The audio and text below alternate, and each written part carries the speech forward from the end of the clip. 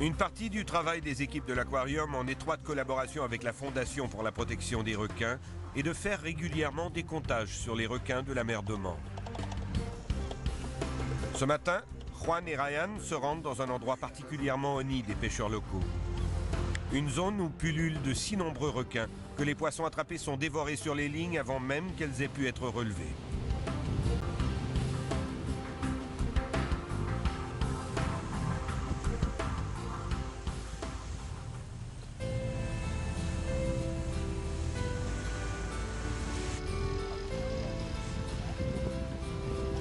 C'est donc à grand renfort de plongeurs que Juan et Ryan se lancent dans cette mission, car les rencontres vont être nombreuses.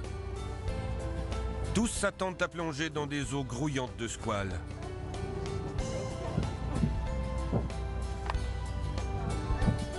Une fois sur place, l'équipe se prépare avec tout le sérieux d'une plongée à haut risque.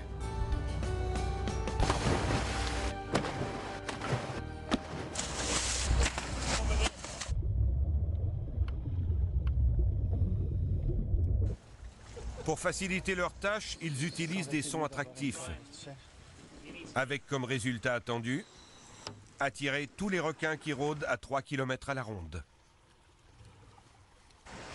Un scientifique glisse alors dans l'eau un haut-parleur qui diffuse des sons de basse fréquence. Ici, des sons de thon blessés et en panique. La promesse d'un festin pour les requins alentours. Grâce au capteur de son museau, un requin peut percevoir les sons de basse fréquence, comme ceux d'un poisson qui frétille, à plusieurs kilomètres.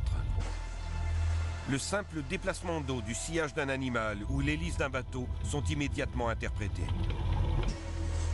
Un rien les alerte, même les pulsations du cœur d'un homme. Au début, la plongée se déroule normalement. Les plongeurs sont aux aguets, les coraux foisonnent.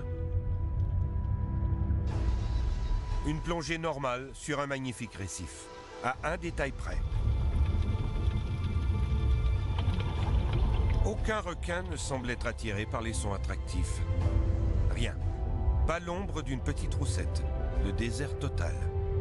Les plongeurs rentrent, bredouillent. Alors, c'était comment? Il n'y avait pas grand-chose en vrai. C'était un endroit normalement bourré de requins. Mais même avec les sons... Il y avait plein de requins avant. Des pointes noires, des pointes blanches, mais apparemment ils ont été lessivés.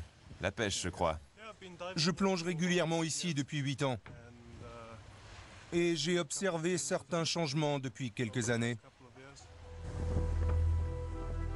Juan et Ryan apprendront plus tard qu'un longliner, navire spécialisé dans la pêche aux requins, a quadrillé la zone durant plusieurs semaines, entraînant dans son sillage des lignes de 10 km de long, sur lesquelles sont crochetés des milliers d'hameçons. Ces navires vident entièrement les squales d'une zone. Une fois leur méfait accompli, ils vont ailleurs, laissant un désert de requins derrière eux. C'est ainsi que, dans l'indifférence générale, comme le montre cette vidéo de propagande réalisée par l'association de l'aquarium, 60 millions de requins sont tués chaque année. Il faut imaginer 165 000 squales tués chaque jour, soit 7 000 par heure, 300 par minute, 5 par seconde.